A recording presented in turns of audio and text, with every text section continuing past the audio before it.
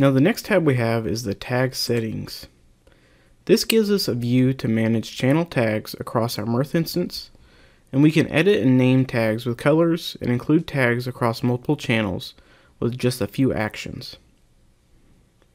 So tags allow us to group channels with the tag so we can filter and know just a little bit more about the channel with having to put it in a channel name or description. So we have the tags table, which displays our name, the color, and the count of channels with this tag. Now I don't have any tags, so let's add some here.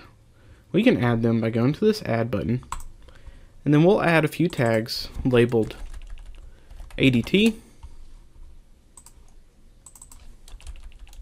ORU,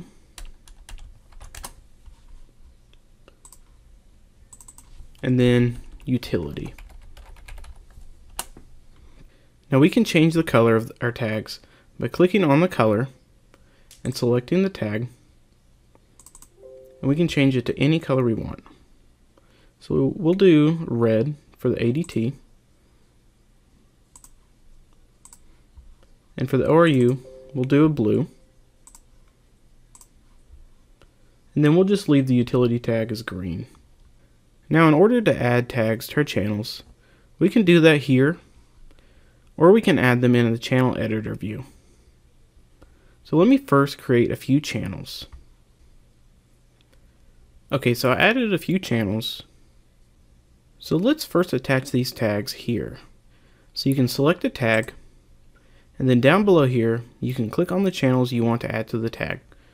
So for our ADT tag, we'll include the ADT channel 1 and ADT channel 2, and also our ADT and ORU channel. And now I can save that, and you can see now that the channel count is 3 because we have these 3 channels. Now we can also select multiple tags. So I'll click on ADT and then I'll hold shift to get the ADT and ORU tags. So down below here you can see if it has a black square in the check mark, that means that the channel has some but not all the selected tags we checked. So in this case our ADT channels have our ADT tag attached to them, but they don't have the ORU tags. So I could click on the ORU channel, and now once I save, it's going to have the ADT and ORU tag on it. And you can see now the ADT has updated to 4 channel counts, and then ORU has 1. Because the ADT tag now has the ORU channel, ADT channel 1, ADT channel 2, and ADT and ORU channel. And the ORU tag now has just the ORU channel. Now another way I can add tags to a channel is if I go to the channels,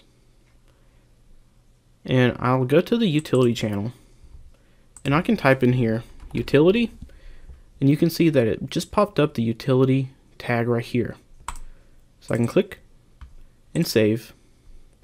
Now if we go back to our settings and go to the tags, we can see that utility now has 1 channel count, and it has that utility channel on there. So let me go back and I'll add this get all channel names, and I'll add the tag there as well. And save. Go back to tags, and now it has 2, and it has the utility and get all channel names. Now under the channels table, we can filter channels by their name. So if I want just the ORU channels, then we can see the ORU and ADT and ORU channel here. And we can also select and deselect all. Now, I'm not going to do that.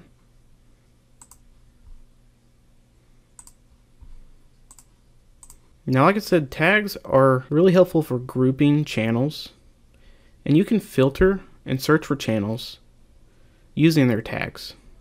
So you can do that in the dashboard and the channel view.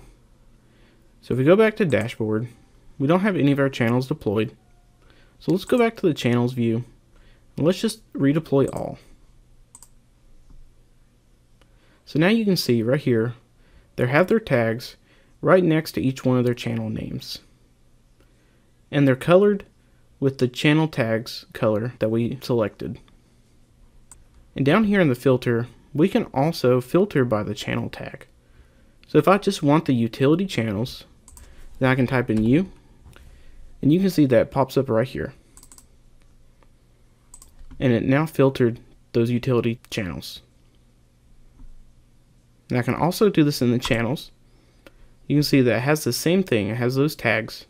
And I can go down here and say utility. You can see that it now has the utility tags. Now if you want a more descriptive tag right here, so you don't have to hover over the tag to see the name, you can go down here and you can display the tags as names. So it's actually going to display the name for the tag instead of just a little tag icon. You can also do that back in the dashboard as well.